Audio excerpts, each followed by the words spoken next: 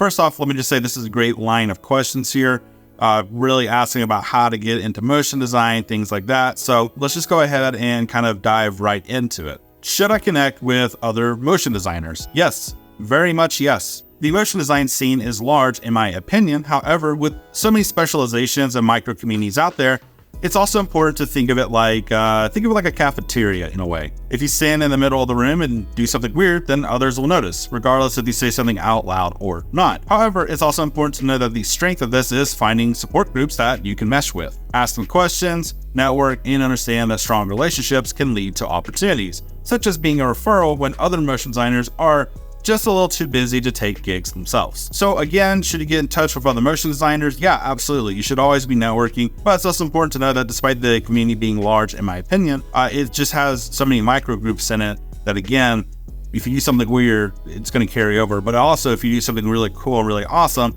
more and more people are going to hear about it, things like that. So it's just really worth keeping in mind. Should I get in touch with motion design studios or marketing agencies? Yes, I would recommend getting in touch with them. However, it's important to know the difference between seeking mentorship and seeking work opportunities with them. If you plan to approach a studio or agency for work opportunities, you need to have your real website, portfolio, etc. put together and be able to sell yourself. Some groups are looking for someone who can just get something done at the end of the day. Some groups are looking for someone who has a specific style, and some are really looking for someone that they can invest in and eventually bring them into the fold and bring them into the business as a full-time employee. Either way, it's important to always do research about the studio or agency before you reach out to them.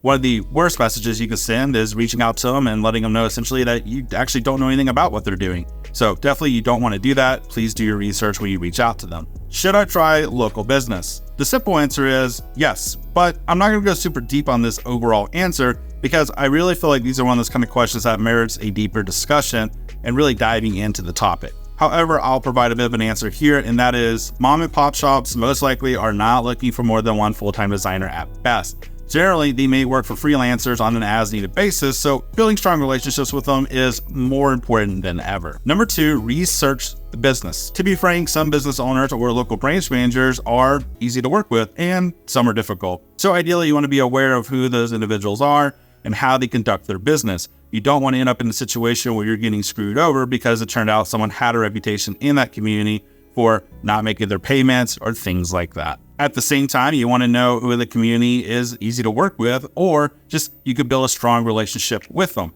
Doesn't always mean it's going to be easy work, but if they're paying and they're working with you and you're able to work with them, then it could be a good match. Number 3, if you're freelancing, please set up your business correctly. You really want to make sure that you are building that strong foundation, even if it is a little bit more money up front than you may be expecting. The reason being is because you don't want to end up in a situation where you're having to go back and pay fees. You don't want to end up in a situation where you're kind of getting into some level of argument with your local government, or you're kind of questioning why you're getting some citation or something like that. So you just really want to be aware of that. And also you want to be protecting yourself when you're doing business with others. So I appreciate you asking this question, and I hope this does provide clarity for you and helps others who see this video as well.